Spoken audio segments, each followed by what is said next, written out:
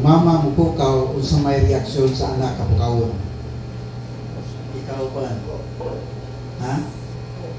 Masuko. Sa diya pukaw daw siya, masuko siya, mauban, magkisi-kisi, no? Sa pagbukaw sa ito ginikanan. Mo ni nahitabo sa mga anak na gipukaw sa iyang inahan ito panahon na. Ikuan siya, yung, bata na! Yung naman niyang lawas, kay lagi, wanang kanang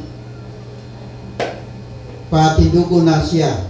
Tsaka, nga mo tindugugod, nga mo bangon gugod, yung mga bata. Siya nga, malit ka kay Domingo ron. Tsaka nga nung malikod, daghan bitang malit sa simbahan. Tsaka, dili ka angay nga malit, kay ikaw ang nadalas yawi. Ikaw siya, dan anong yawi nito mo, ikaw na yung dala ang yawi. Tsaka, dili ka pwede nga di mo ato. Tsaka nga naman mo di ko mo ato. Ito may pastor. So, ginato kalita ni Son nga, ang matawag sa kato, doon natay gitawag o part nini mga simbahan.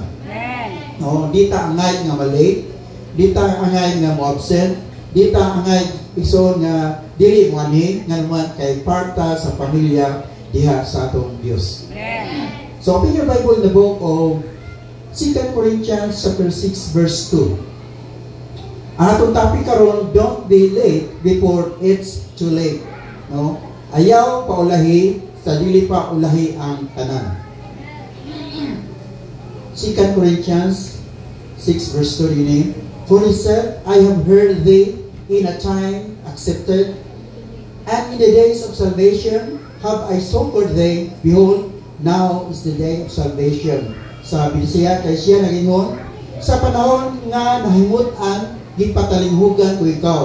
O sa adlaw sa kaluwasan, ginatabangan ko ikaw. Aniya karon ang adlaw sa kaluwasan. Don't be late before it's too late, no? Dili malimod nga ang tanan nato naka-experience igsoon nga malate gyud ta. Gikan pa sa atong pa-eskwela, dunay panahon nga malate ta. Diya sa atong pagtrabaho, dunay panahon nga malate ta. Pero dunay duha ka klase nga late igsoon. Doon ay gitawag o intentional late o doon ay gitawag o wala jud tuyo ang nga late ka. Tinuod dili. Pero asa ang duha? Ha? Asa mo taning duha? Tinuyo o wala natuyo? Wala natuyo.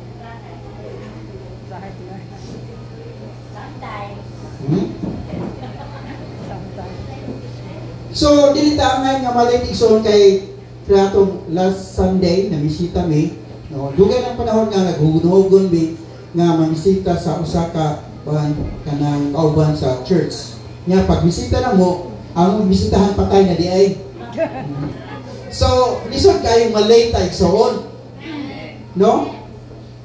So sayang kayo ba ang panahon, no, nga naaunta tay panahon pero wala nato buhata. So, ang mensahe para kanato ison, mintras dili pa ulahi ang tanang atong buhaton ang atong mabuhat karon. Amen. Muna bitong daghang mapanahon nga makaingon ka, makaduhog ka nga dili tawo nga mingon ba? Hala, namatay ni siya. No. Buhi pa man to siya gahapon. Ako man dato siya bisitahan, pero wala na ison. Ulahi na ang tanan. So, don't be late before it's too late. Primero, don't be too late to be saved. Ayaw pagpaulahi sa gitawag og kaluwasan. Nga naman nga dita maulahi sa gitawag kaluwasan igsoon because we do not know about tomorrow. Wa gid ta ni balo igsoon unsay mahitabo sa atong kinabuhi. Wala kita masabi igsoon kung asa ta kutob nga magpuyo nining kagutana. Wala kung doon na may mga butang igsoon nga ngay nga atong siguroon sa atong kinabuhi mo kining salvation of our soul. Amen ba? Kinahanglan masayod ta sa atong kaluwasan. Kinahanglan masayod ta asa ta padulong sa niyang mabot kanato ang gitawag og kamatayon. Ang Biblia ringon, now is the day of salvation. Karon igsoon ang adlaw sa gitawag og kaluwasan. So kung doon na may angay igsoon igsoon nga atong preparahan sa atong kinabuhi kini gitawag og kaluwasan diha sa atong kalag. Tungod kay wala gyud ta nasayon sa atong ugma. Proverbs 27 verse 1 ini. Gustat thyself of tomorrow. Ayaw pagpanganda sa atong ugma. No, munang say kana mag-text ko dunay ako nga, uy, ano mo ta? Siya puhon pastor, nga naman. So kay wa siya nasayon, kay basig pag humanya itong pag-text, patay siya. No, munang naay puhon. Oh. Amen pa pamaliha. Matod pa, for thou knowest not what a day may bring forth. Kay wa ta nasayon, unsa may tabo sa lain nga mga adlaw. Munang ato yung siguro nixon, aron makayon kita sama ni Paul, for to me to live is Christ and to die is gain. Pero sa wala nga nangalangan sa ginigsoon, ang kamatayon dili na siya usa ka gain, kung dili usa ka kapildihan diha sa iyang kinabuhi igsoon. Amen pamudya. So ang punta na, unsa may sign nga ikaw luwas na igsoon, unsa may timaylan nga ikaw karon kung mabot man ang tawag kamatayon adto gikas langit. Ang sign igsoon, dunay kausaban diha sa imong kinabuhi. 2 Corinthians 5:17. Therefore, if anyone is in Christ, the new creation has come. The old has gone, the new is here. So, ang tao daw nga naa kang Kristo, bag-o na siyang binuhat, ug ang daan nga mabutang mga wala na, ug ang bag-o miabot na. So, ang pangutana, kumusta man ang atong kinabuhi karon? Kumusta man ang atong pagkakristohanon karon? Kung ingon ikaw, kung hangtod karon wa kabaguhan sa imong kinabuhi igsoon, questionably ang kaluwasan nga imong giangkon diha sa imong kinabuhi. Nga naman kung kay ang sign sa katao nga naluwas na igsoon, doon na dyo'y kausabang sa iyang pagkinabuhi.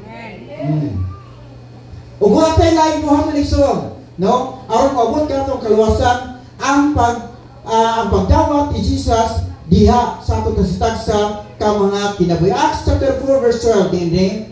Salvation is found in no one else, for there is no other name under heaven given to mankind by which we must be saved. Igsoon, wala laing ngalan igsoon nga ikaw ug ako makabaton og kaluwasan ang ngalan sa atong Ginoo sa Kristo. Romans 10 verse 15.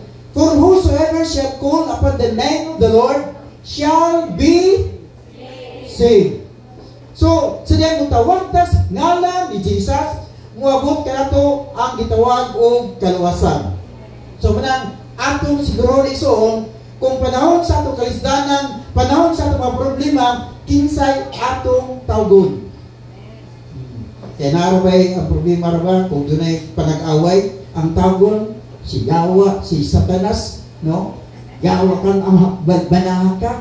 Miyo ko nga asawa, demonyo kang asawa ka. Oh, so muna yung gipagtawag. So munay mahitabo diha sa usa ka magtiayon igsoon. Pero kung ang tao nga na kang Kristo, ang iyang tawgon wala lain kung dili ang ngalan sa atong Kristo. Ay kalima, don't be too late to get right with God. Why? Dunay gingon sa Bible, what you sow, you will reap. Natay nabuhat nga wala nato wala nato pangiwit pasaylo, inon ikaw ato yung matagamtang igsoon o ato yung mapupo ang mabutang unsa ang atong gitanom diha sa atong kastaksa ka mga kinabuhi. Amen ba? So kanang imong sitwasyon karon, kanang imong na-experience karon, resulta lang na sa imong gitanom kaniadto. Waniyo? So kung nagtanong ka nindot, nagtanong ka maayo, inom ikaw mupupo ka igsoon sa gitawag og panalangin. Kung nagtanong ka mga pag-ampo karon, usan mga adlaw igsoon imong pupuon unsa ang mabutang ngayon giampo diha sa imong kinabuhi. Kung nagtanong ka pulong sa Dios ngadto sa uban igsoon, usan mga adlaw imong pupuon igsoon ang mga tawo igsoon nga moduol diha sa atong Dios. Pero ang pangutana ba, unsa may atong gitanom karon nga angay nimong ekspektaron? nga imong pagapupuon. Amen. So, nindot yun, nga sa diyang niya pa ni kalibutan na, no, kinahanglan mo, pupuntan, gitawag ko mga positibo nga mabutang igsoon. Galatians 6, verse 7 and 8. Do not deceive, God cannot mock. A man reaps what he sows. No? Ang tao maka-ani siya unsa ang iyang ginapugas. So, unsa atong gitanom igsoon, atong gudang pag-anihon. So, before it's too late, kinahanglan magtanong ta o mga positibo, mga butang nganhis atong kinabuhi. Amen. Amen po niya. Di ba doon ay daghang mga tao igsoon nga minsan nga kung nagtinuod pala kong eskwela, dili unta kayo na ani ang kahintang. Late na igsoon. Ang uban, di pa man ang kahintang. Kaya bisag ninyo na, eskwela sila. Ang uban, wadyo ka lahos. Yan naman, hula-hula na yung dako.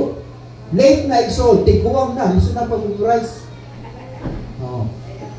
So, mga batanon, mintras nga, dili pa ulahi ang tanan. Pagtanong mo o mga positibong mga butang karon. Uy, tiguang na. Kanang kuwan man hamtong may nitubag. Amen. Ang mga batanon mo magkautubag. Amen. So, kinahanglan magtanong tag mga butang igsoon nga positibo. Aron ito niana, atong maangkon ang gitawag o panalangin. So, get right with God. Kaya silang right with God tayo igsoon, atong maangkon ang gidesire o plano sa Dios nga ni sa atong tasitagsa ka mga kinabuhi. Paghimog relasyon, no, ayaw paghimog relasyon, gawas sa relasyon diya sa Ginoo. Kung hindi paghimog relasyon, kinahanglan will sa Dios igsoon. Nga naman, aron mo ang punta sa gitawag o panalangin nga gikan sa atong Dios. Tanaw mo sa kinabuhi ni David. Kung imong tanawon si David igsoon, sa diya nakasala siya ni Bathsheba, nahimong nasamok ang iyang kinabuhi. No? Urang mga tanaw, urang di na mula ka pa si David. Nga naman, grabe siya ka kanang well-known, grabe siya ka kanang courageous igsoon, grabe siya ka warrior, grabe siya ka dato, dahil siya kasawa niya itong mga panahon na, pero sa nakasala siya igsoon, ang tanan niyang isaligan, nahimong nawala niya itong mga panahon na, ang iyang gingarian, nahimong na tumpag igsoon. Bisan pa man ang iyang mga lingkod, ng mga leaders siya itong mga panahon na, nahimong nawala igsoon, nga naman, tungod sa salak nga iyang gitanong, ngadto kang Bathsheba igsoon, ingnon ikaw, bisag unsa ka nindot sa imong trabaho, bisag unsa ka hayahay ka karon, kung magtanong ka dili mayo, ingnon ikaw, magpupo jud ka og mga butang igsoon nga negatibo diha sa imong kinabuhi. Munang maghimo kita og magtanong jud ta igsoon og mga butang nga maayo karon. Munang si David mingon siya, Lord, restore unto me the joy of my salvation. Kay usas nawala ni David igsoon ang kalipay niya sa kaluwasan nga iyang naangkon dias iyang kinabuhi. Ingnon ikaw, usas mawala ngani sa atong kinabuhi igsoon. Bisag unsa ka kadaghang kwarta igsoon, kung maghimo ka o magtanong ka o mga utang nga dili ka mutong sa Ginoo, muani jud ka kasubanan diha sa imong kinabuhi. Mura si David nangkamot siya, Lord, restore unto me the joy of my salvation. So muna itong i-decide son, kanang kalipay kay ingnon ikaw.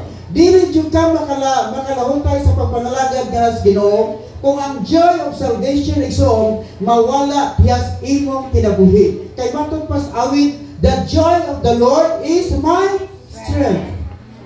So what you get kusog? Kung wala kalipay diha sa Ginoo. Amen. So, don't be late before it's too late to get right with God. Usas ko nga may kabudya sa church igsoon, kining gitawag og panabingkil. No, kung din na kayo na pinang yang people kay nag-practice din sila kanang bingkil.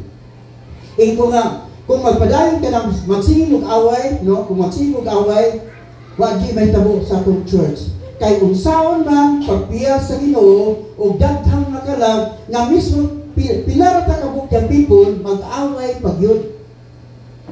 Kuha ninyo? So, muna atong bantayan sa church igsoon kining padag bingkil. Ayaw pagtanong o dili maayo nga pagbati sa imong isig katawo nga naman tung kay mo ani po ka igsoon o dili man pagbati diha sa imong kinabuhi. Amen.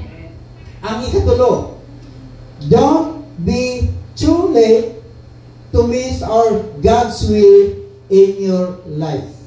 Di ba kamunatan nangandoy og God's will? Mga batalo nangandoy ta God's will. Amen ba? No. Pero ang problema, di ta kahulat sa gitawag og God's will.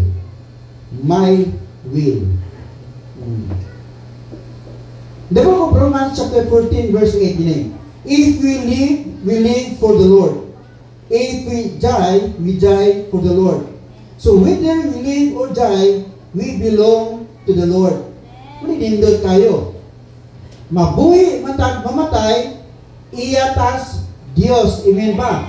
Lindot kay panandungon igsoon nga samtang magpuyo pa ta nini kalbutana, magpuyo ta dihas Ginoo. Lindot kay lantaw igsoon nga panahon sa problema man, panginahanglan man, o sa mga problema nga mawasamag nga sa atong kinabuhi igsoon, magapadayon gyud ta sa atong pagpangalagad o pagsalig nganhas Ginoo. Lindot kay pangandungon igsoon o pamatiyon igsoon nga bisan natas gitawag gilit sa kamatayon sa gihapon nangalagad ta diha sa Ginoo. O mayon kita sama kang Dios. But as for me and my house, we will serve the Lord. Amen. So, walay undangay igsoon. Ha? Walay undangay. Hapit na tas gitawag gilit, hapit na tas gitawag og katapusan nga sa finishing line. Indig na igsoon, yung undang bagita. Sayang kayang panahon igsoon nga sitag balik-balik sa simbahan unya sa ulayong adlaw muundang diayta. Sayang kayo ang gi-prepare sa Ginoo para kanimo kanako igsoon kung muundang ta sa atong pagpangalagad nganha sa atong Dios. Kinahanglan mangandoy kita nga mulahutay ta igsoon sa atong pagpangalagad diha sa Ginoo. Dunay usa ka istorya nga si Toto ug si Alex, nag-istorya sila ba? Unya mingon ni si Toto, pangarap ko na kumita ako ng 350k monthly. Gaya ng daddy ko. Mingon din si Alex, wow! Kada ko baliyay, 350k. Dako Alex, sweldo si mong daddy siya dili ba? Mo po na pangarap sa akong daddy. Pangarap lang diay. Pero sa ato ay dili lang pangarap ang atong mabatunan diya sa atong tastag sa kinabuhi igsoon. Dili ta mangandoy nga maka-building ta. Doon na gyud tayo pagabuhaton. Dili lang ta mangandoy nga mudaghan ta. Doon na gyud tayo pagabuhaton. Dili lang ta mangandoy nga atong mga minahal sa kinabuhi, mga lagad nga sa Ginoo. Doon na gyud tayo buhaton igsoon. Amen ba?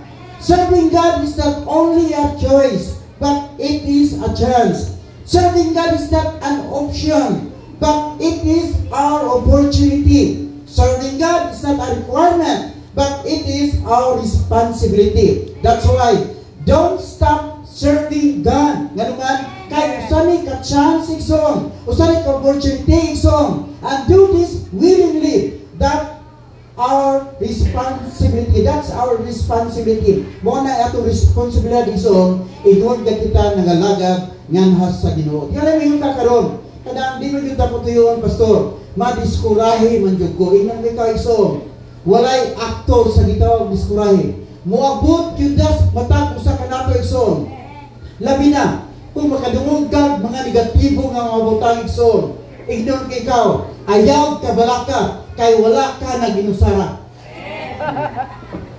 Si Elijah ganit ko yung tanong si Elijah. Grabe ang na-experience ka mga milagro. Siya nag-ampo siya ulan, miabot ang kusog kay ulan igsoon. Siya nag-ampo siya kalayo, miabot ang kalayo igsoon. Kita kung ampo ta, so may tabo. Lord, di utang ulan, Lord. Pagkatapat, Lord, ang sunilong di ulan, Lord. Pero sila siya grabe kayo igsoon.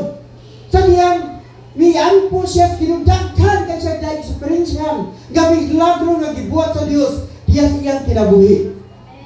Pero nakadungog lang siya igsoon og balita nga siya patyon. Nadiskurahin na dahil siya. May dalaga na dahil siya. May palayo na siya kabuguton na sa Ginoo. O dito sa langong bison. Naghigda na lang siya. Pila ba ka panahon? Nga nadiskurahin ta. Naghigda na ta sa kumbalay. Pero ang Diyos igsoon. Bisan pa man sa gibuhat ni Elijah na mga panahon na. Kibisitahan siya sa Ginoo. Kibakaon siya sa Ginoo. Ki-encourage siya sa Ginoo igsoon. Hindi ko yung tanaw ng Biblia igsoon. Nabaskog pagbalik si Elijah. Ingnan ko igsoon. Unsa may atong sitwasyon karon. Unsa may mong kahimtang karon. Na makas pagkadiskuray na sinong kinabuhi. Ayaw kagool. Kay dunay Dios igsoon nga mo bisita nimo kanako aron tungyanan makapadayon ka dihas imong goal sa imong kinabuhi. Unsa may mahitabo sa imong pamilya kung madiskuray ka? Unsa may mahitabo sa imong mga anak kung madiskuray ka amahan o inahan karon? Ikaw may mutindog para sa imong pamilya. Maluya mga Lord, tagi ko laing kusog Ginoo. Si Elijah, grabe. Ngayon mo siya sa Ginoo, Lord, patyan na lang ko Ginoo. Grabe kayo. Ang Diyos pa'y sugong patyon siya. Nakadungog rabiya ito siya na patyon sa Rayna. Midagan siya. Pagkapuntas, grabe yung disfurahe. Lord, patyan na lang ko. Pila pa ka panahon. Nga ngayon ta, Lord. Ano lang kung Ginoo kay samo kayong balay mo. Why kalinaw Ginoo, puros lang dali sa akong madunggan Ginoo. Madiscribe kay so tingnan ikaw. Padayon. Kaya ang Diyos dunay lalo sa imong ginawa. Sama kay Elijah, madiscribe ta. Maluya tayo son, pero ang Diyos ison maghatag kanato kusog. Manindog tayo na.